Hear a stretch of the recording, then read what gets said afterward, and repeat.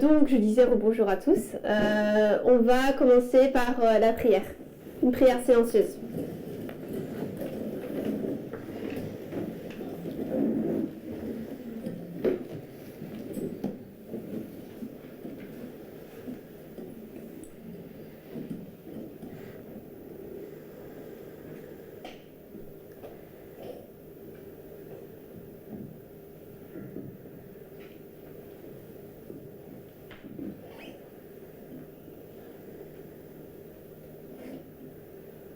Amen.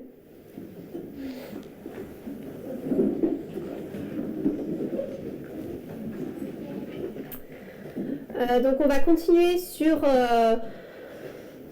ce qu'on a vu dans la première partie tout à l'heure. On a parlé de la VEP, on a fait surtout cette première partie sur le résumé donc du libertarianisme, je ne veux pas bien écrit. Libertarisme, ça se dit aussi? Ok. Bon, on a fait ce résumé-là, on a vu pourquoi est-ce qu'on parlait même de mouvement politique, de droite, de gauche. On est remonté vraiment aux deux sources d'information qui étaient la base. On a retracé un peu le chemin. Puis on a vu un peu la définition du libertarianisme, cette croyance en la liberté totale, pas d'intervention, ou intervention minimale du gouvernement. Et cette bulle dans laquelle ils s'enferment, comment ils ne sont pas d'accord avec les droits civils, cette question de l'égalité. Et on a terminé avec notamment le commentaire de Chimène qui nous a demandé, et nous, comment est-ce qu'on se positionne? Parce qu'on parle de ça, c'est bien beau, mais en fait, est-ce qu'on n'est pas libertarien dans notre pensée? Josiane, tu avais dit qu'on ne devrait pas, c'est pas possible, on ne devrait pas, mais lorsqu'on se pose les questions qu'on devrait se poser comme celles qui ont été posées pendant le sabbat nature, par exemple par rapport à l'avortement, on va dire ok, tu as le droit de t'avorter, mais moi je suis pas d'accord que tu le fasses. Mais t'as le droit, mais moi je suis pas d'accord quoi. Donc c'est ces questions-là qu'on doit pouvoir se poser. Il nous faut pouvoir nous positionner par rapport à ça pour voir si on n'a pas ces questions, ce problème libertarien en nous. Ensuite, donc on va avancer un petit peu. On va avancer un petit peu sur la première citation qu'elle a partagée, l'ancienne thèse, pendant cette vêpre, qui parle donc des libertariens et où Rand Paul est interviewé.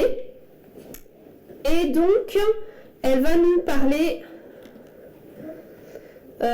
d'une Amérique post-chrétienne, et elle va nous détailler un petit peu, une fois qu'on parle de ces libertariens, une fois qu'on parle de tout ça, est-ce qu'on est dans la droite uniquement chrétienne, qu'on connaît le protestantisme apostat, plutôt où est-ce qu'on se situe?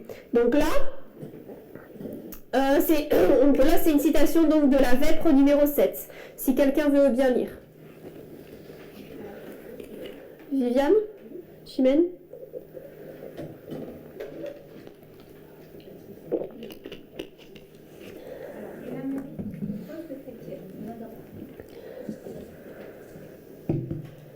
Vous m'entendez? Ouais, c'est bon. Alors, une Amérique post-chrétienne. Donc, nous discuterons davantage du libertarisme dans son impact sur la politique, car nous nous sommes fortement concentrés dans le passé en tant que mouvement sur les républicains chrétiens conservateurs plus âgés. Si vous regardez à l'extrême droite aujourd'hui, si vous regardez les membres les plus scandaleux du Parti républicain de nos jours, beaucoup d'entre eux ne sont pas les mythes romains. Vas-y, tu veux continuer? Oui, vas-y. Alors, ils ne font même pas partie de l'ancienne génération. Le groupe qui émerge au cours des 12 dernières années, en devenant beaucoup plus actif, vocal et agressif, je dirais, est un groupe démographique légèrement différent. Et une dernière, Merci. Alors nous sommes dans un monde post-chrétien, et tandis que nous continuons à cibler les évangéliques et l'influence évangélique sur Donald Trump et le Parti républicain, si nous ne voyons que ces éléments, nous oublions que nous parlons à une bulle et que c'est un monde post-chrétien, donc des États-Unis post-chrétiens. Ok, merci. Donc là, elle nous parle ici d'un point concernant notamment le libertarisme, mais l'Amérique en général. Qu'est-ce qu'elle nous dit? Qu'est-ce qui est souligné dans ces trois parties de citation? Alors attends. Johanna. Oui, c'est-à-dire... Attends, dans la première partie, par exemple, elle va mettre l'accent sur le fait qu'on a jusqu'ici été concentré sur le mouvement des républicains conservateurs plus âgés. Ouais. Ok. Et elle nous invite à regarder ailleurs, parce qu'ensuite, la suite va nous dire, si vous regardez à l'extrême droite aujourd'hui, on voit bien qu'il n'y a pas que ce groupe républicain conservateur plus âgé. Ok. Viviane? Oui, alors moi, ce qui a attiré mon attention, je ne sais pas si c'est dans quelle partie, où elle parle d'une bulle. Il y a une bulle, là. Oui, celle-ci. Que nous parlons à une bulle. Voilà. Donc cette bulle, ça fait penser à quelque chose qui est rempli, en fait, d'un groupe de chrétiens dans laquelle il y a plusieurs parties. Quoi, en fait. Et là, comme elle disait que cette bulle, elle l'a fait éclater pour qu'on puisse comprendre ces différentes parties. Voilà. Donc la bulle, c'est quoi pour toi? Pour moi, la bulle, c'est ce monde chrétien, là, conservateur.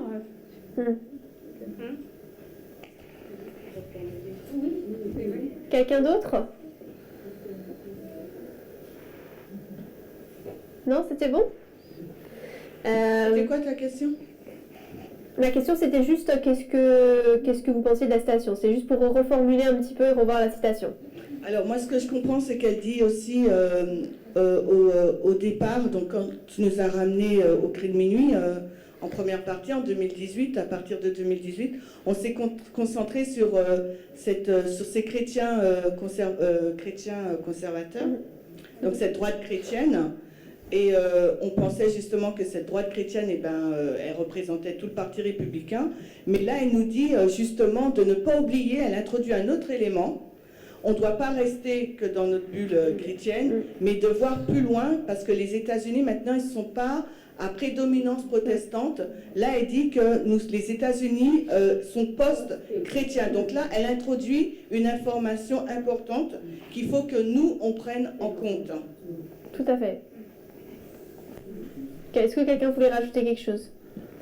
C'est vrai que on a beaucoup, alors rien qu'au niveau politique, on est automatiquement depuis toujours entre guillemets concentré sur cette image chrétienne des États-Unis. Alors soit quand on était même en train de parler que c'était la loi du dimanche, que les États-Unis, les protestants s'uniraient avec la papauté, etc. On a toujours cette idée que quelque part, va y avoir la religion qui va être au centre.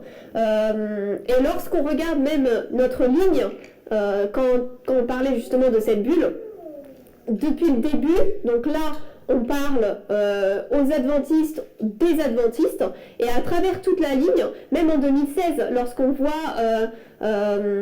l'élection de Donald Trump, on parle principalement des protestants républicains qui vont aider, qui vont être un élément important pour que Trump puisse venir au pouvoir, ce qui est vrai, mais on s'est concentré en fait que sur ça. Et c'est pour ça qu'à partir de ce moment-là, depuis ce moment-là et jusque dans les vêpres, eh bien, l'ancienneté essaie de nous montrer que non. En fait, là, les États-Unis sont maintenant post-chrétiens, c'est-à-dire plus, comme Shimon disait, à prédominance chrétienne, et qu'ils vont maintenant automatiquement pas se concentrer dessus. Donc ça veut dire que le problème de la loi du dimanche, de l'égalité, on ne doit pas le concentrer sur les protestants ou sur la chrétienté en général. C'est présent, Mais c'est pas le seul élément. Chimène, tu voulais dire quelque chose? Autre chose que je vois, c'est que Dieu, il ouvre progressivement la connaissance. Oui. Il aurait pu, dès 2018, ou non, dès 2019, quand l'accroissement de la connaissance de la LD est arrivé, nous dire, n'oubliez pas, voilà, il y a la droite chrétienne, mais il y a aussi l'athéisme, le monde post-chrétien. Il veut vraiment déconstruire avec nous nos croyances, justement par rapport à la LD Sabbat Dimanche, et après introduire progressivement d'autres notions. C'est ça. Donc, juste quand nous aussi, nous abordons ce thème de LD avec nos amis extérieurs ou bien adventistes, ne pas tout de suite leur balancer les choses. Soyons méthodiques dans notre construction, la construction de notre pensée et de notre argumentaire, parce que Dieu il a fait la même chose avec nous. Donc on a tendance à oublier. Maintenant c'est facile pour nous, mais en 2019 on ramène tout ça. Et encore aujourd'hui. Mais oui, même quand on voit comment est-ce qu'il nous a déconstruit cette idée de la loi du dimanche de base, il l'a fait progressivement, et par la suite, un des autres éléments également qui était lié à la loi du dimanche, c'était cette idée Église-État, union Église-État. Et le Seigneur sait que c'est pas le cas aujourd'hui, c'est plus cette union Église-État, donc là aussi, il nous a conduit à voir, eh bien non, c'est plus Église-État. On va avoir d'autres éléments qui vont venir en jeu, qui vont être présents, et donc elle nous présente ce monde post-chrétien. On va avoir cette idée qu'elle introduit justement dans les Vêpres de culture-État, qu'elle va présenter pour montrer cette évolution en fait des générations et de l'Amérique en général et de la politique également. Est-ce que c'est clair pour vous?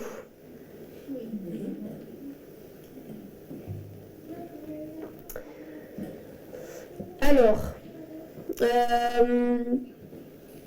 on va avancer vers le deuxième article qu'elle nous partage, qui s'intitule, c'est un article de Vox, qui s'intitule « L'Internet est plein d'hommes qui détestent le féminisme ». Et là... Je ne sais pas si tu vas parler de l'extrême droite, parce qu'elle en parle aussi. On n'entend pas. Je ne sais pas si tu vas parler de l'extrême droite, parce que dans la citation que tu as prise, elle introduit deux éléments nouveaux du parti républicain, l'extrême droite, justement, et cette Amérique post-chrétienne qu'on sait que c'est l'athéisme. Donc, tout à fait. Quand on regarde la Vêpres, le titre, c'est la Trinité de l'extrême droite. Donc on voit, là elle parle de l'extrême droite, elle dit si vous regardez l'extrême droite aujourd'hui, beaucoup d'entre eux ne sont pas comme des républicains, comme on peut les croire, anciens, chrétiens, etc. Et c'est-à-dire qu'en fait là elle essaie de décrire que l'extrême droite c'est pas forcément ça, c'est post-chrétien, etc. Et par la suite, donc via ce deuxième article qu'on va étudier, elle va définir ce que c'est que l'extrême droite aujourd'hui, quels sont les principaux groupes de l'extrême droite qu'elle va appeler la Trinité, et on va le voir dans ce deuxième article également avec Natacha cet après-midi. Alors, est-ce que je peux partager mon écran? C'est pas sûr, mais je vais essayer. Si je fais ça, c'est bon? Mais après, je pourrais pas... J'aurais du mal à naviguer. Alors, levez la main. Qui est-ce qui a un compte Reddit? J'ai même pas envie du coup de poser la question qui est-ce qui l'utilise, parce que du coup... on connaît pas beaucoup Reddit en France, je trouve. Moi, je le connais pas vraiment de base. Je le connais entre guillemets parce qu'il y a certains, soit sur Instagram, soit sur Twitter, va y avoir des partages de posts de Reddit qui vont être faits. Donc là, on va pouvoir le lire. Mais l'application, le site en soi, je ne connais pas du tout.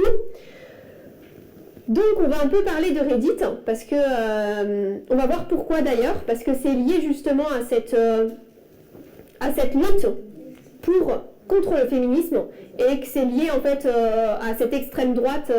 C'est un moyen pour eux c'est une voix pour eux, c'est leur voix en fait. Comme le sont tous les réseaux sociaux, mais dans l'article, il est particulièrement parlé de Reddit. Alors, Reddit, c'est...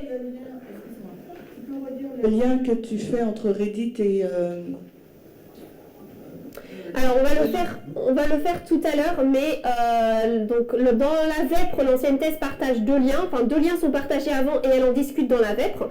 Et le deuxième lien parle, en fait, l'Internet est plein d'hommes qui détestent le féminisme. Donc, elle va relier ça à l'extrême droite, notamment à la trinité de l'extrême droite, les trois partis principaux de l'extrême droite qui sont présents. Et pour le présenter, elle va utiliser cet article.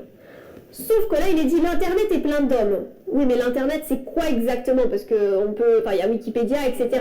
Donc, elle va utiliser comme exemple de cet Internet Reddit, qui est une plateforme où beaucoup de personnes partagent leur opinion. On va expliquer un petit peu.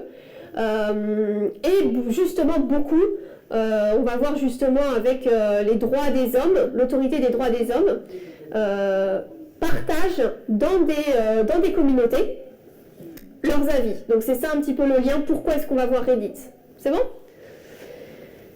Alors, donc du coup, vous avez Facebook. Je pense qu'on est un peu plus familier avec Facebook peut-être. Facebook, vous partagez vos photos, les informations que vous voulez avec vos amis. Donc d'autres peuvent le voir si vous êtes en public, mais c'est avec vos amis. Là, Reddit, c'est vous partagez votre opinion, mais avec des étrangers, des inconnus. En fait, vous avez créé un compte anonyme. Vous pouvez mettre votre nom ou pas, mais souvent c'est un pseudonyme qui est noté. Vous vous connectez, vous faites un commentaire et personne ne sait que c'est vous et d'autres vont commenter pour dire s'ils sont d'accord ou pas avec vous. Donc là par exemple on va avoir, donc là vous avez comme sur Facebook les premiers trucs qui vont apparaître, ça va être par exemple les trucs un peu tendance quoi. Mais ce qu'il faut retenir, donc là vous avez les différentes rubriques, les différentes thématiques sur ce sur quoi vous êtes intéressé, ce par quoi vous êtes intéressé. Ce qu'il faut savoir, c'est que Reddit, donc c'est le site que vous voyez là. Et ensuite, il y a ce qu'on appelle des sub-Reddit. Donc ça veut dire en gros des plus petits Reddit, des sous-Reddit. Ce qui s'appelle donc des sub-Reddit, c'est tout ce qui va être les communautés principales. C'est-à-dire, par exemple, là, il y a une communauté, par exemple, No Stupid Questions. Donc, ça va être pas de questions stupides. Et par exemple, je sais pas, quelqu'un va penser, dans cette communauté, il y a une question qu'il pense qui est stupide, il va la poser, et plein de gens vont commenter et dire, non, finalement, c'est pas stupide, voilà, je t'explique, machin truc, etc. Donc, il y a toutes ces différentes communautés, donc là, il y en a plusieurs, mais donc, il y en a par rapport aux jeux vidéo, il y en a par rapport aux jeux vidéo, aux jeux, etc. Là, par exemple, c'est explique-moi comme si j'ai 5 ans. Donc, ça va être des choses expliquées comme si c'était expliqué aux enfants. Donc, il y a toutes ces différentes communautés qui vont poster. Donc, par exemple, ici, là, vous avez un post. Bon, je prends le premier qui arrive. Là, vous avez un post ici. C'est un peu comme sur les réseaux sociaux. Donc là, vous voyez qu'il a été publié par cette personne-là. Et ici, le subreddit ou la communauté, c'est r/France. Donc, c'est par rapport à la France. Il a posté ça dans la communauté de la France. La communauté, c'est quelque chose qui va être r/ et ensuite le nom de la communauté. C'est clair? Donc là, par exemple, il a posté ça. Vous allez avoir en bas, donc là, vous pouvez rejoindre la communauté ici. Vous avez donc le post, alors soit c'est une photo, soit c'est un texte, soit c'est peu importe. Vous allez avoir la possibilité de sauvegarder, de partager, de commenter. Et ici, vous avez ici une flèche en haut, une flèche en bas. Donc là, vous avez 16. Si je ne me trompe pas, si vous cliquez en haut, ça le rend plus populaire. Et si vous cliquez en bas, ça le rend moins populaire. Si je ne me trompe pas, si j'ai bien compris. Donc voilà, vous avez ça un petit peu pour tout. Donc là, par exemple, voilà, vous avez un post sur... C'est quoi? Je ne vais même pas voir. Ah, World News. Donc les infos mondiales. Et là, vous voyez, il y a 21,7 000 votes, upvotes. Donc ça veut dire les votes vers le haut. Et ça va le rendre du coup plus ou moins populaire sur, disons par exemple, sur la journée, quoi, on va dire. Donc il y en a plusieurs.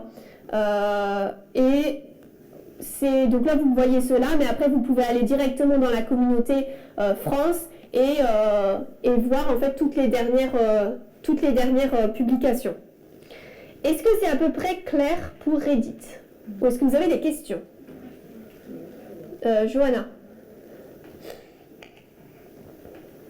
les commentaires qui sont postés sont uniquement des commentaires personnels, mais c'est pas du tout basé sur les informations, c'est-à-dire leurs sources sont personnelles, c'est leur point de vue qui est partagé et pas ce que les médias peuvent... enfin, comment dire? Les sources ne sont pas vérifiées? Non. D'accord. Non, non, parce que c'est par exemple, je sais pas, en plus tout ne parle pas forcément de... Enfin, il y a des trucs, c'est juste, par exemple, j'en ai vu beaucoup, par exemple, j'ai un problème dans mon couple, il va décrire ça anonymement, bien sûr, et de manière anonyme, et du coup après des personnes vont donner leurs idées, leurs témoignages en fait, tu vois. Mais par rapport au... Ça fait comme si toi tu crées un compte, moi je crée un compte, on fait une discussion, et tu dis, ben voilà, et tu parles de l'Ukraine, ben moi je vais donner mon avis. Après ça peut être sourcé, ils peuvent donner leurs sources, hein, ils peuvent dire, ben moi j'ai lu ça, etc. Mais c'est pas forcément sourcé, c'est anonyme et c'est chacun qui donne son avis, entre guillemets, tu vois. Est-ce qu'il y a d'autres questions? Oui. Je me suis absenté. Alors, attends, vas-y. Je me suis absenté. J'ai vu 4 tableaux, 4 icônes, je ne sais pas comment on dit ça, mais en réalité, je n'ai pas eu l'information, l'élément introductif, je dirais. Okay. Pourquoi parle-t-on là? Je n'ai pas compris. Je répète. Donc, du site en général, tu veux que je réexplique un petit peu? Non? Dis-lui Reddit, tu ne sais pas qu'on parle de Reddit. Ah, c'est Reddit, oui. Ici, on voit... Alors, attends, je mets ma souris au bon endroit. On est sur le réseau social Reddit, qu'on connaît très mal en France.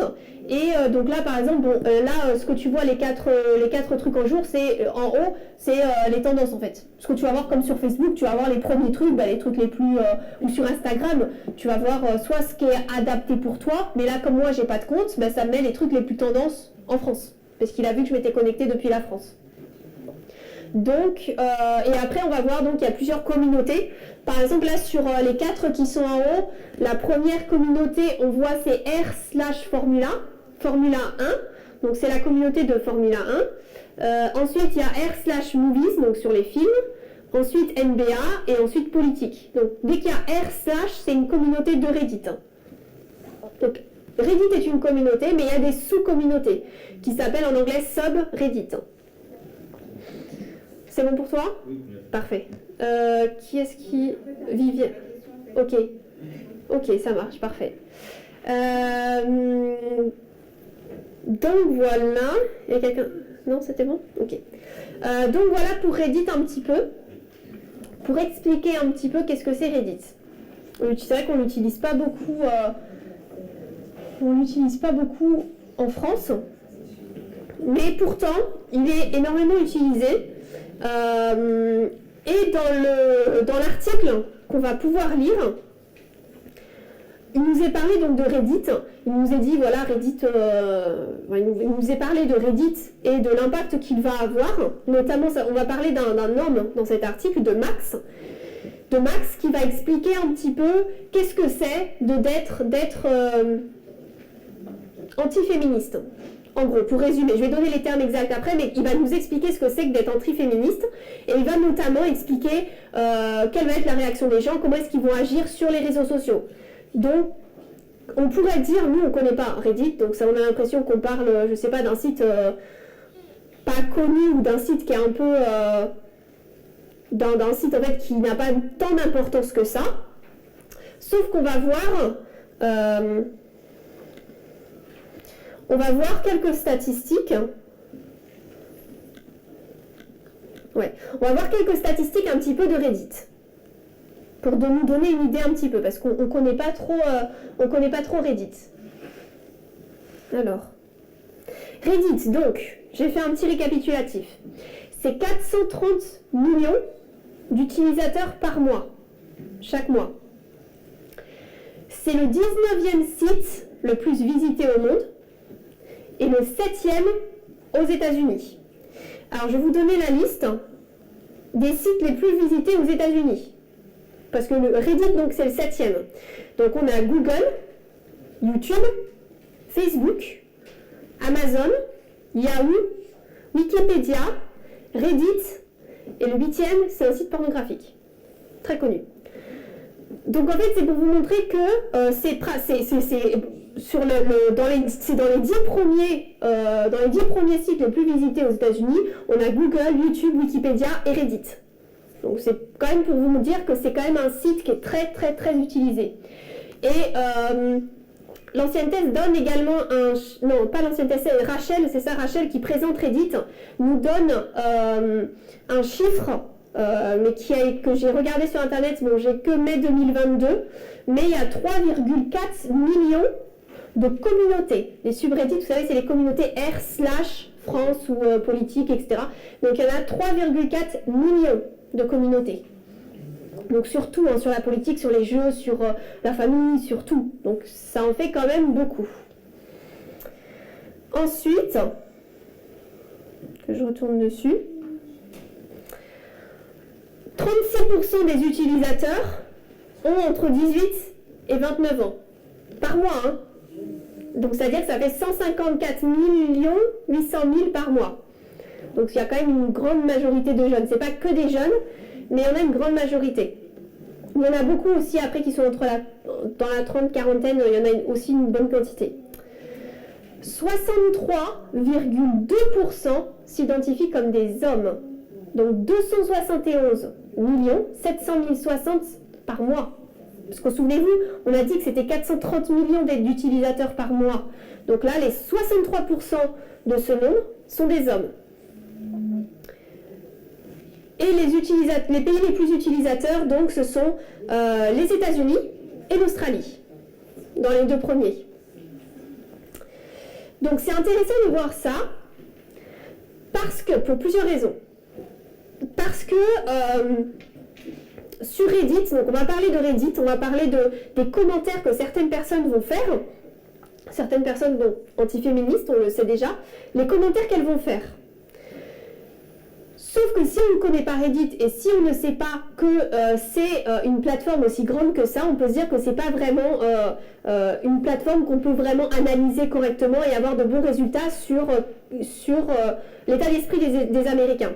Sauf que si on fait une étude basée sur Reddit ou si on fait, je sais pas moi, un questionnaire ou si on fait on pose une question sur Reddit et que la plupart des gens répondent de Reddit, ben en fait on a pratiquement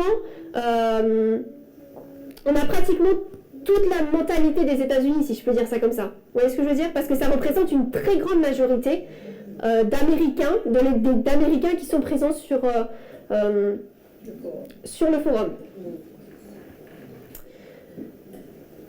Alors, non, c'est pas ce que je voulais faire. Ça, c'est pas ça que je voulais faire. Donc, on a dit qu'on parlait de Reddit, parce que l'article, il en parle en lien avec le féminisme et notamment le droit des femmes. Alors l'article est très très long. C'est une femme qui est partie rencontrer donc Max, ce fameux Max, qui est donc libertaire et qui fait partie, je vais le noter, je vais le noter là, de la MRA,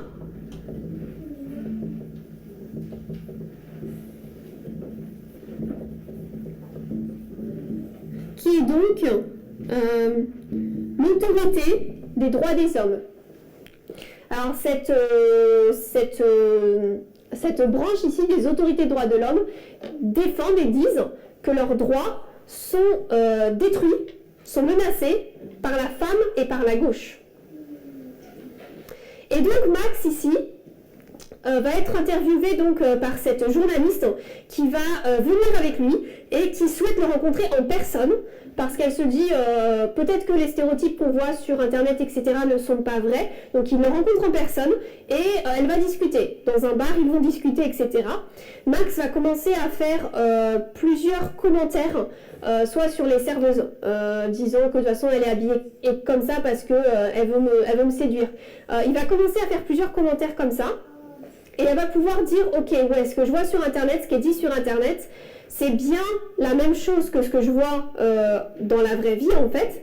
Mais Max va essayer de dédramatiser et de dire qu'en fait, les personnes qui postent ces choses sont des personnes normales, Ce ne sont pas des personnes qui ont trop de temps sur leurs mains et qui vont juste vouloir détruire les femmes. Il va dire que c'est des personnes normales, mais juste qui partagent leurs pensées, qui ont envie de dire ce qu'ils pensent, etc.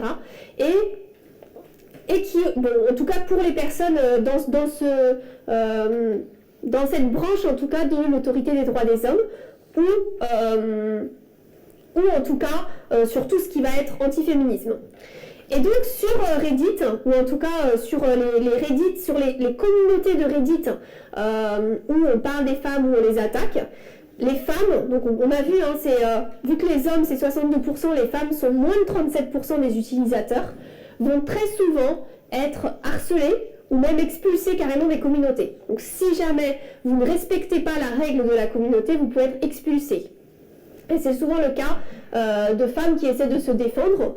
Et l'article explique également que malheureusement beaucoup de femmes, lorsqu'elles se font expulser ou lorsqu'elles font face aux mêmes événements qui se passent lors de Gamergate, donc lors de la lutte qu'il y a eu par rapport aux jeux vidéo et la place des femmes, les femmes vont dire en gros « ouais mais c'était rien » ou alors « ouais mais j'ai un peu demandé » ou alors « j'ai un peu cherché, je sais que je suis un peu à fond » et elles vont un peu excuser le fonctionnement, le raisonnement, l'action des hommes par rapport à elles. Ou alors elles vont dire « oui, il m'est arrivé ça, elles m'ont harcelé ». Mais vous savez, ça arrive quoi. Ça arrive parce que de toute façon, Internet ou les jeux vidéo, c'est une communauté d'hommes. Et elles vont excuser ce comportement de la part des hommes. Et donc c'est là que l'ancienne Thèse commence à mentionner la trinité de la droite. Et c'est également mentionné dans l'article. Elle va présenter... Alors, c'est là. Elle va présenter 3 éléments qui sont très souvent visibles, qui sont pratiquement toujours présents lorsqu'on parle de droite, mais particulièrement d'extrême droite. Donc il va y avoir, donc qui vont composer l'extrême droite. Non, ça.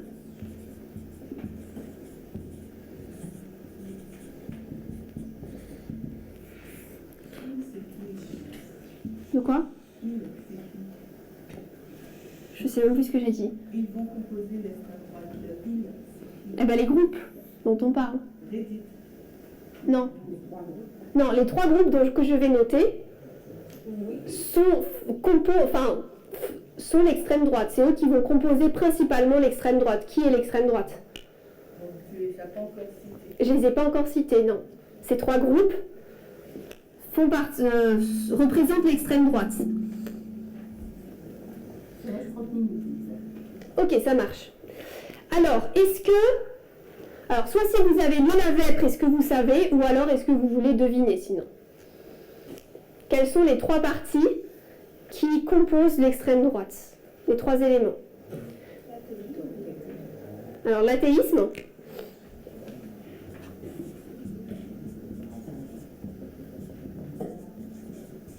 Ok. Ok. Alors, le droit des hommes. Et on a dit libertarien. Libertarien. Et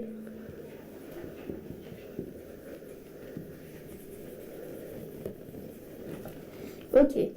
Est-ce que quelqu'un peut m'expliquer ce qu'il comprend de cette trinité? La trinité commune de l'extrême droite. Ces 3 groupes. Ici ou sur le Zoom. Hein. Pourquoi est-ce qu'on cite ces 3-là en particulier?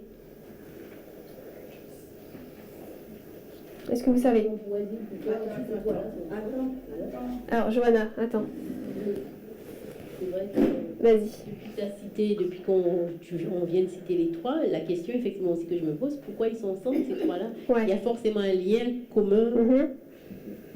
Après, quel est le lien? Je ne sais pas. Quel est le lien justement? Je vous repose la question. Est-ce que le fait d'être athée veut dire qu'on est de l'extrême droite? C'est radical. Justement. Pourquoi est-ce qu'on cite ces 3-là ensemble? Quel est le lien? Il y a quelque chose de quoi? Je pense qu'il y a un lien avec les hommes. Alors vas-y, Johanna. Je sais pas, c'est pure supposition. J'arrive pas encore à voir le lien avec l'athéisme, mais peut-être qu'on pourrait dire que un soutient l'autre en fait, un soutient l'autre. Donc si dans la pensée, je dirais, parce que si on est libertarien, comme on l'a vu, donc en fait c'est la liberté d'expression, de discriminer, etc. Donc à ce moment-là, ben, on défend le droit des hommes, et pour cela de discriminer les femmes, de dire tout ce que l'on peut, voilà, tout ce que l'on pense. Mais j'arrive pas à faire encore le lien avec le troisième pour l'athéisme. En fait, ça fait une espèce de boucle, de boucle, comme Mickaël l'avait fait lors de sa présentation concernant le libertarisme. Il a fait une espèce de triangle, et en fait, voilà, c'était circulaire en fin de compte. Et là, je fais exactement la même chose, mais j'arrive pas en fait à mettre encore le lien par rapport à l'athéisme. Ok. Il m'a dit que la base de la droite n'est pas exclusivement chrétienne. C'est là qu'il faut partir de la droite. Ok. En fait, je n'ai pas d'idée, mais j'essaie de me lancer. Je tire les pieds dans l'assiette, comme on dit. L'idée que, Elisa, tu viens de prendre un exemple, une étude de cas que tu as fait, et la journaliste ou l'intervieweuse a fait venir un homme faisant partie de cette association. Je partirai de ce postulat. C'est-à-dire qu'il est venu, il a fait un commentaire sur la femme. Et donc, la journaliste a tout de suite vu qu'il était dans une forme de discrimination. Donc, il discriminait la gente féminine. Donc, si tu as commencé par ça, je pars avec ce biais. Et donc, je me dis que l'athéisme, le libertarisme, le droit des hommes, j'ai l'impression que l'homme est souvent mis à un niveau, du moins, il y a l'intérêt des hommes. Et je crois que dans ma tête, dans ma pensée, il y a un moment où les femmes avaient dit droit des femmes. Donc, cela veut dire que c'était juste pour montrer cette notion où les hommes on va avoir la notion de patriarcat qui est mise en avant. Et donc, quand la femme, le féminisme arrive pour défendre un petit peu le rôle de la femme, on sent que c'est problématique. Moi, dans ma tête, je dirais simplement que je vois la notion de patriarcat qui est un bloc, avec ces trois-là, qui défend certaines idées, etc., de la société, et qui fait qu'aujourd'hui, nous sommes dans cette situation où le patriarcat s'accentue. Ok. Ok. Est-ce que quelqu'un veut dire pourquoi est-ce qu'on a les trois et quel est le lien? Quelqu'un veut encore commenter? Parce que, est-ce que, pour rejoindre la question de Chimène, est-ce que parce qu'on est athée, on est d'extrême droite? Ok. On ne pense pas. Donc, du coup, pourquoi est-ce que c'est présent là? C'est vrai que c'est avec l'athéisme. Excusez-moi. Oui, c'est vrai que moi je sais que c'est l'athéisme qui me pose souci parce que le libertarien et les droits des hommes, bon, effectivement, je vois bien le lien, mais avec l'athéisme, je me dis pourquoi l'athéisme se trouve là, en fait, dans ce groupe. Oui, parce que si je te pose la question, si tu es libertarien, est-ce que tu es d'extrême droite? C'est plus facile à dire oui que si je dis est-ce que tu es athée de l'extrême droite. Tu vois ce que je veux dire? C'est ça. Ok. Rosemary, répète s'il te plaît.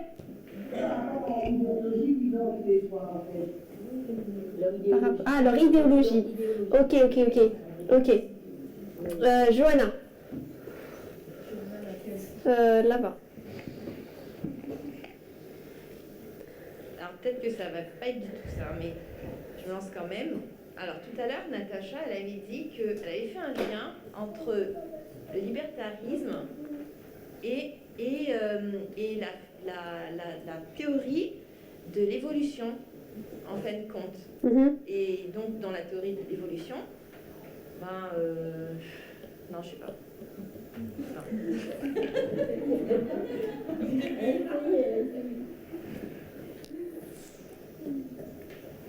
Ok.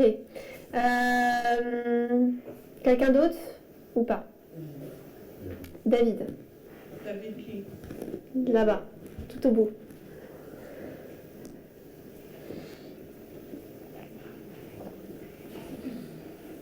Pour ma part, ce que je vois dans l'athéisme, le libertarien et les droits des hommes, c'est qu'il y a un esprit d'être contre la réglementation. Quand on regarde par exemple tout ce qui est Fonds national, par exemple, on prend au niveau de la France déjà, dès qu'une réglementation ou une loi est mise en place, ils vont souvent s'élever contre ça. D'accord? Et on voit que les libertariens, c'est le même état d'esprit, donc anti-gouvernement. Et je pense que pour le droit des hommes, ça va être pareil, par exemple, contre le féminisme et tout ce qui s'ensuit. Donc ils seront en fait, ils vont se liguer pour être contre tout ce qui est mis pour qu'un grand gouvernement puisse être mis en place pour que ça fonctionne bien, quoi. Ok.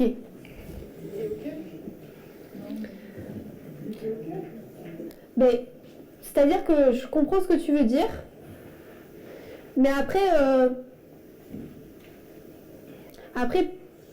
le lien qu'il y a, je pense, c'est peut-être un peu différent.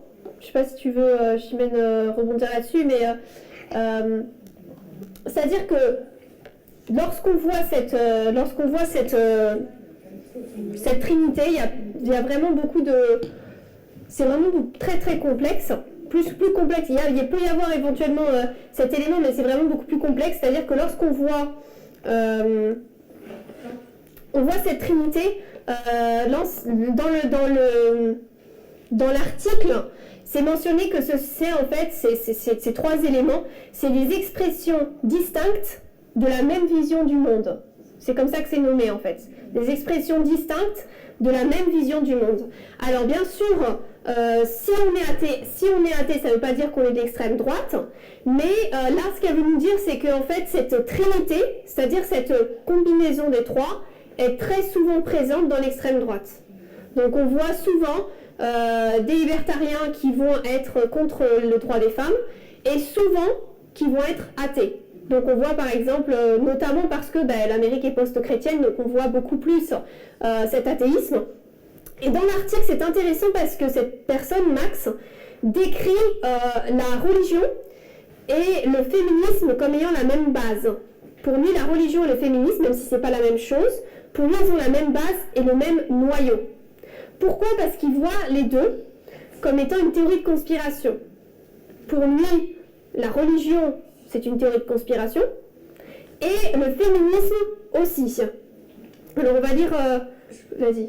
Je voulais juste rappeler ce que tu nous as dit au départ, et je crois que c'est Josiane qui avait donné cette réponse en première partie. Le thème des VEP, c'est la LD. Donc je pense que si ces trois entités sont mises ensemble, et si le thème des VEP, c'est la LD, ça veut dire qu'au niveau thématique, philosophie, cette triple union, elle a la même idéologie, comme tu viens de dire, la même philosophie. Le thème de la LD, c'est quoi? On le sait, c'est l'égalité des genres, le féminisme radical. Et Marcelin, il a bien expliqué que cette question de patriarcat.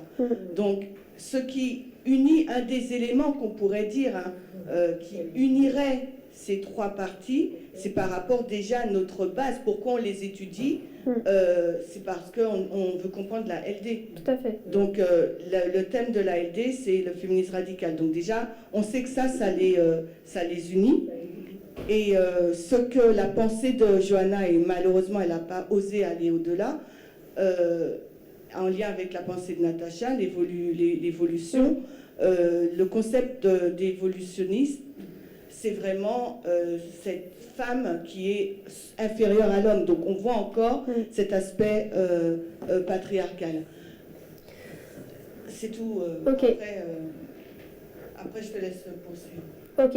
Oui, c'est pour ça que lorsqu'on se posait la... C'est-à-dire qu'il ne faut pas qu'on dissocie. Ce que je veux souligner, c'est qu'il ne faut pas dissocier ces études qui semblent séculières, politiques ou tout ce qu'on veut, du spirituel. Si on étudie, c'est juste un tremplin pour nous permettre de comprendre spirituellement notre état et aussi le test qui est devant nous. Donc, il ne faut pas qu'on les dissocie, même si on ne voit pas le lien qui existe. Mais il ne faut pas qu'on oublie le thème général présenté au sein des VEP, c'est comprendre la LD et voir son développement. Tout à fait. C'est vraiment ce que je veux souligner. Ouais, tout à fait. Et c'est pour ça que, également, lorsqu'on voit cette extrême droite qui est présente, on ne parle pas là de dissocier, de dire, bon, bah, si t'es athée, t'es de l'extrême droite, etc. C'est les trois ensemble qui forment cette trinité, hein, cette union, c'est une union en trois, qui vont représenter donc cette extrême droite et qui sont donc au centre de cette question donc, de la loi du dimanche en externe, mais qu'on voit également en interne. Mais ils sont au centre, c'est eux qui sont au centre de cette question ici. Est-ce que vous aviez des commentaires par rapport à ça et cette trinité? Ou pas? Ou oui? Est-ce que si on cherche libertariens, on ne va pas voir qu'ils sont de l'extrême droite. C'est ça. Donc si, quand vous allez faire vos propres recherches, vous regardez le libertarianisme, etc., ils sont pour que les femmes, justement, évoluent au sein de la société. Ça n'arrive. Donc c'est pour ça que j'ai remis dans le contexte de la LD, parce que sur Internet, jamais on va voir qui sont de l'extrême droite, pas du tout. C'est ça, et c'est pour ça qu'il faut voir ces trois éléments ensemble, qui forment justement cette extrême droite, et qui sont justement, comme tu le disais, Chimène, le sujet en fait de la loi du dimanche qu'on voit aujourd'hui. Oui, Amanda.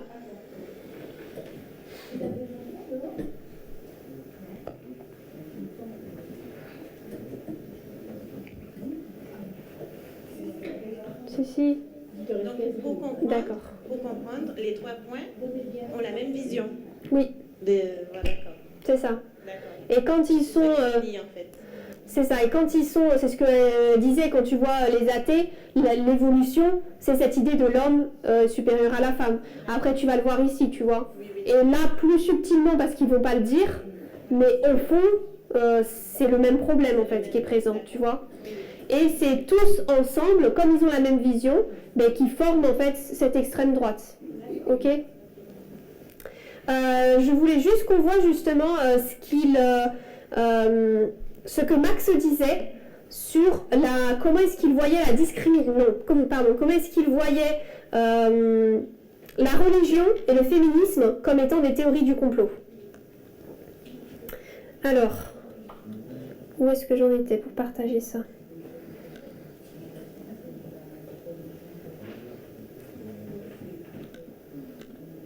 Ah.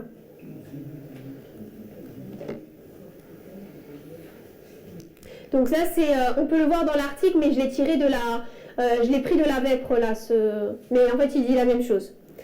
Est-ce que quelqu'un veut bien lire ? Merci.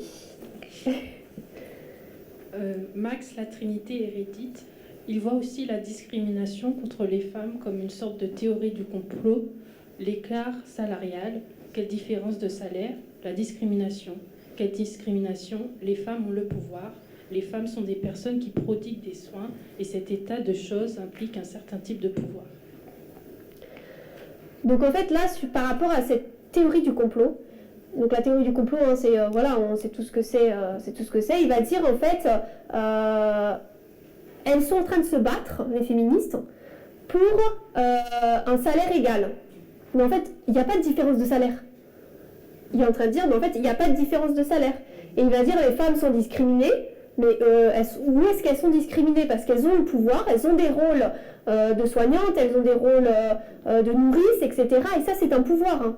Donc en fait, il est en train de dire, c'est comme une manigance des femmes pour avoir un pouvoir qu'elles n'ont pas, qu'elles ont, mais elles veulent aller encore plus haut que les hommes, à travers des points qu'elles mettent en avant, mais qui ne sont même pas vrais. Donc c'est là qu'ils présentent cette théorie du complot par rapport aux femmes. Et elle continue en disant, si tu veux bien continuer à lire, merci, c'est la suite. Et ce qu'il constate, c'est que cette trinité entre athéisme et libertarisme, avec cette croyance que les droits des hommes sont menacés et l'opposition au féminisme, est une trinité très commune, et pour le pouvoir, ils vont sur Reddit. Voilà. Donc là, il montre en fait la trinité très commune entre athéisme, libertarisme et les droits des hommes. Et donc, pour le prouver, ils vont sur Reddit. Alors, j'ai pas pris de... Vas-y. Donc là, ils disent... Qu'est-ce qu'il faut qu'on retienne alors sur ça? Dites-moi, quel est le point qu'on doit retenir là-dessus, dans la citation? Qu'est-ce qu'on voit là?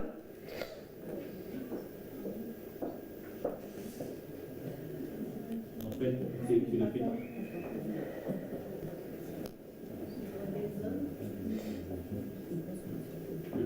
Je ne sais pas s'ils ont...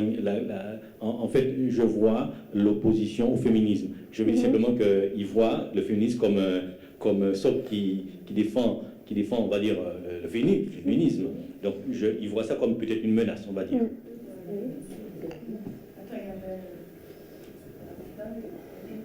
peut voir que les droits des hommes sont menacés par rapport à ça aussi. Tout à fait.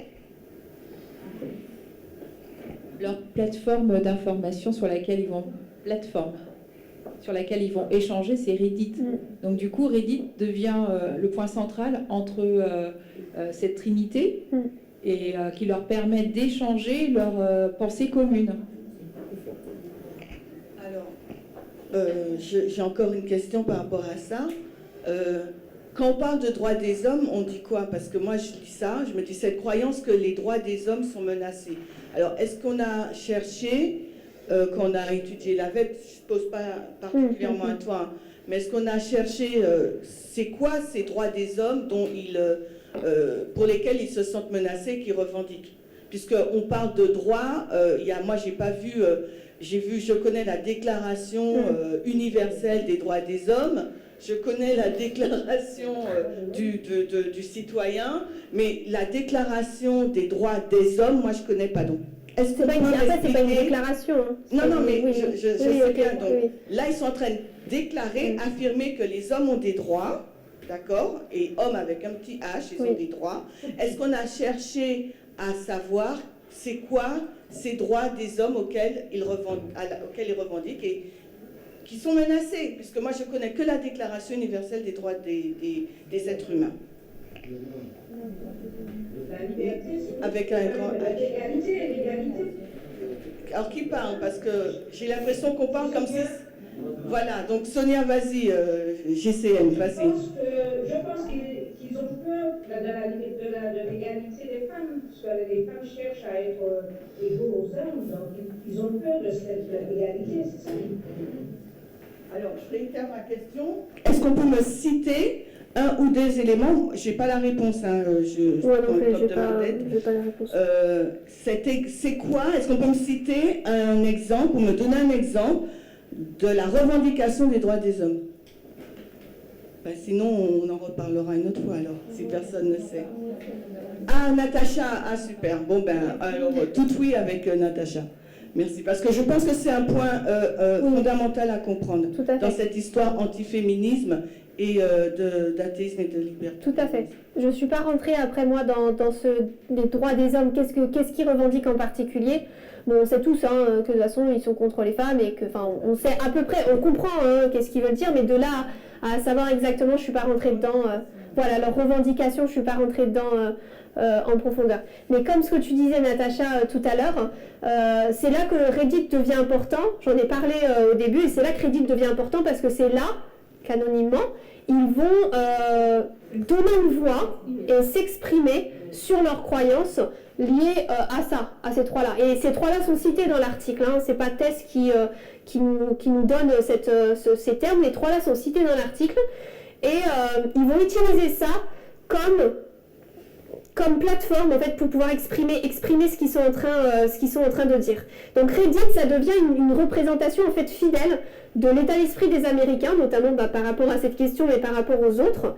Les générations donc plus âgées sont toujours présentes, mais là on va avoir une nouvelle impulsion, une nouvelle vision de l'extrême droite, une nouvelle vision en tout cas des États-Unis. Cette présence en tout cas des États, des protestantistes, du protestantisme apostat, c'est toujours présent, mais là on a une nouvelle vision de ça, et également cette nouvelle génération qu'on peut voir, cette extrême droite, peut et va aller très loin dans ces résultats. Alors on pourrait dire tout simplement, on pourrait penser, et on peut le rapporter à nous également, certains des commentaires que ces personnes ici, qui sont donc dans cette extrême droite, contre les femmes, libertariens et très souvent athées, les commentaires que ces personnes-là vont faire sur Reddit, certains vont pas être à première vue menaçants. Bon, ça, ils vont pas tout de suite dire de toute façon les femmes, voilà, machin truc, virez-les. Ça va pas être menaçant quand on va le lire à première vue. Mais ça va être des commentaires subtils, donc qui vont se construire les uns sur les autres, et à la fin, oui, ça peut devenir physiquement très menaçant. Mais petit à petit, ça va mener à finalement bien les féminicides qu'on va voir, toutes les attaques qu'on va pouvoir voir, et notamment, on en parlera justement avec Natacha, les différentes sortes d'extrémistes, les Proud Boys, etc., qu'on va pouvoir voir et qui vont là vraiment aller dans l'extrémisme et de l'extrême droite, si on peut dire. Mais tout ça pour le rapporter à ce qu'on disait tout à l'heure à la fin, et ce que Chimène disait à la fin de la première présentation, comme quoi subtilement, on a ces racines et ces idées de libertarianisme, de sexisme, en main qui sont présents. Et on peut ne pas les voir, peut-être parce qu'on n'a pas encore, vu eh bien, le point, on n'a pas encore eu le point qui a réveillé cette pensée, ou alors on ne s'est pas posé les questions nécessaires. Mais si, justement, on ne se pose pas les questions nécessaires, le problème c'est que ce tout petit point, cette toute petite caisse, ce tout petit pourcentage de libertarianisme ou de sexisme qu'on a en nous, va grandir, et finalement, nous faire quitter le message, en fait, tout simplement. Parce que là, on avance toujours plus. Donc, je l'ai effacé, mais vers cette gauche et cette égalité. Et si on garde un petit peu ça, on va tomber du chemin, là, comme on l'a dit tout à l'heure. On va tomber du chemin, s'attacher et refuser, s'attacher à cette liberté par-dessus tout, donc à ce libertarianisme, et tomber dans cette extrême droite, finalement. Mais c'est juste pour dire comme quoi ça peut être subtil, comme quoi on ne peut pas forcément le voir au début, mais les conséquences sont là sur le long terme, quoi. Parce que lorsqu'on se souvient, en 2018, quand le message a été présenté, et que les personnes qui ont quitté le mouvement étaient encore dans le mouvement à l'époque, elles se posaient des questions, mais sur des petits points. Et elles ont dit, ok, ça je comprends pas, ça j'accepte pas. Mais c'était juste un petit point, on s'est dit, bon écoute, c'est pas grave, sauf que ce petit point est devenu un autre point qu'ils ont refusé, jusqu'à ce que finalement ils quittent le message. Donc c'est important de faire attention, de se poser les bonnes questions, et de réfléchir à nous, où est-ce qu'on en est aujourd'hui, par rapport à... Parce qu'on peut faire toute cette étude, on peut voir Reddit, etc. Mais je trouve que c'est intéressant de voir ça par rapport à nous, notre position, et également on voit ce même problème en fait sur Reddit, de liberté d'expression. Liberté, oui, mais jusqu'à où? Et là, Reddit laisse la liberté jusqu'à la liberté de discriminer en fait. Il va jusqu'à ce point-là. Tout comme on le voit notamment avec Amber Heard, justement, mais je voulais aussi mentionner Twitter, qui a été récemment rendu privé, c'est-à-dire qu'il n'y a plus de restrictions. Et on voit là justement le même problème qui se passe avec Reddit. Des hommes qui tombent dans cette catégorie-là sont libres et maintenant donc font des commentaires racistes, sexistes, etc. Donc on revoit tout ce problème-là sur la liberté d'expression et sur donc le positionnement de chacun. Alors, est-ce que vous avez des questions jusque-là sur ce qu'on a vu, ou sur la VEP en général, ou sur la Trinité? Ou des points à rajouter? Ou des commentaires? Je ne sais pas dans ma tête. Vas-y. Je voulais dire au sujet des activistes de droits de l'homme, le message de la mention, elles disent que ces activistes disent que les femmes ont tous les pouvoirs, que les femmes manipulent les hommes et on le compte sur la famille. C'est ça qu'ils demandent leurs droits, parce qu'elles disent que c'est les femmes qui ont tous ces droits. Ok. Merci. Vas-y. Je reviens en arrière. Je crois que Marco Barrios avait présenté Gamergut. Gamergut, c'est ça? Gamergut, oui. Non, je dis Marco Barrios. Récemment, on a eu un truc avec, on a eu un truc avec Marco Barrios. récemment. Il est revenu sur cet aspect-là. Et je disais donc, lui, il a parlé... c'est lui, ça, je sais pas. Mais en fait, ce que j'ai compris là, j'ai vu que Tess a poussé un petit peu le curseur plus loin. En réalité, c'était juste pour parler de Steve Bannon. Il avait une espèce de jeu qu'il avait en Chine, en Asie, et après il a été chassé. Il est venu aux États-Unis, et lui il a embauché, il avait un associé, et après il s'est détaché de son associé, et donc il a pris l'affaire en main. Et il avait donc embauché un rédacteur. Et lui, ce qu'il avait fait, il s'est intéressé au jeune homme sur le net. Et donc c'est devenu pour lui une espèce de on va dire, de marqueur. Il s'est concentré sur ces jeunes hommes-là, et lui, ces jeunes hommes pouvaient attaquer vous savez, les jeunes filles se présentaient à leur jeu, etc. Je me dis, est-ce que Tess, elle a poussé son investigation en pouvant, elle aujourd'hui arrive à identifier l'athéisme, le libertarien et également le droit de l'homme. Je veux dire simplement qu'au départ, elle a mené on va dire une action, elle a compris les choses et ça aboutit à ça. Donc c'est juste pour voir que l'Internet, les jeunes hommes, etc., ont joué un rôle, même pour donner des traumas à passer. Hein. Donc je crois qu'aujourd'hui, on voit que les hommes ont un rôle à jouer dans cette sphère-là. Je ne sais pas comment l'exprimer, mais c'est juste pour dire qu'elle avait bien ciblé qu'il y avait sur Internet des jeunes hommes. Je ne sais pas si c'était tabou. Bon, j'ai pu comprendre ça, mais je me dis dans ma tête qu'elle a poussé un peu le curseur. Elle a très bien compris que ces jeunes hommes-là, c'est Internet avait un rôle à jouer. Mais c'est pour ça que, de toute façon, c'est le même principe sur Gamergate qu'elle présente sur Reddit. Et d'ailleurs, dans l'article commence en parlant de Gamergate et de présenter le problème qu'il y a eu.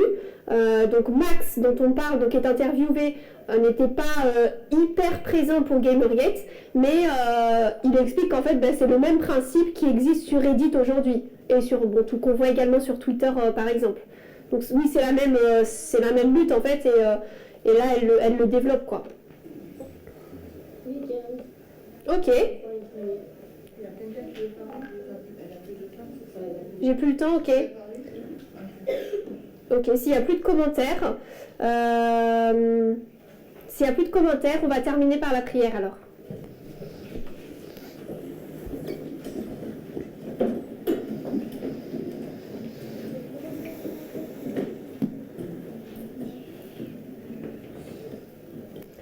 Merci Seigneur pour ce moment passé ensemble. Seigneur, tu vois que ce sont des sujets compliqués qu'il nous faudra répéter pour pouvoir toujours plus les comprendre et les intégrer. Que tu puisses ouvrir nos esprits, ouvrir nos cœurs afin que nous puissions toujours plus étudier, toujours plus comprendre ce message et le partager les uns avec les autres. Merci encore pour ta présence, pour ce sabbat que tu nous accordes et pour ce soleil, que tu puisses... bénir le reste de cette journée, être avec chacun d'entre nous, ceux qui sont en présentiel, ceux qui sont sur le Zoom et ceux qui n'ont pas pu se connecter. Merci de ta présence et dirige-nous durant le reste de cette journée, au nom de Jésus. Amen. Amen.